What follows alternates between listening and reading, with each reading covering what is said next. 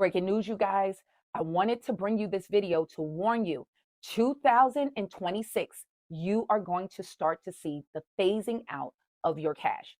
Now, with this is an urgent warning. You want to take steps right now because there are a lot of changes going on that you guys don't know about. And if you do not take steps to solidify yourself now, it can be desperation for you and your family. And I'm going to break it down in this video.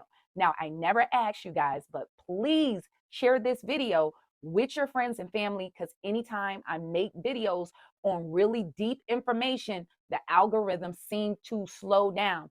Please like and share this video. If you did not see this announcement yesterday, watch this. Today, the governor signed a bill in Apopka allowing people to use gold or silver coins to pay bills. He says it's a way for people to have financial independence from the federal government. Most of us are used to paying for things with our debit or credit card or using cash. But today I was there when Governor Ron DeSantis signed a bill to make it legal to use gold and silver for payment.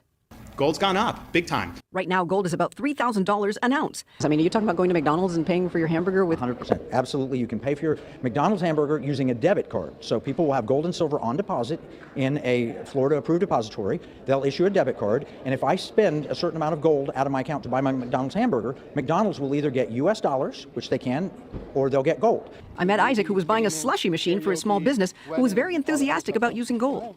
Will you be okay with people paying you in gold? Oh, yeah. That's just, like I said, it's better than money sometimes. This legislation will authorize money services business like check cashers or PayPal to transmit and accept payment in gold and silver. That means these precious metals can start functioning like real currency again, not just investment vehicles for the wealthy.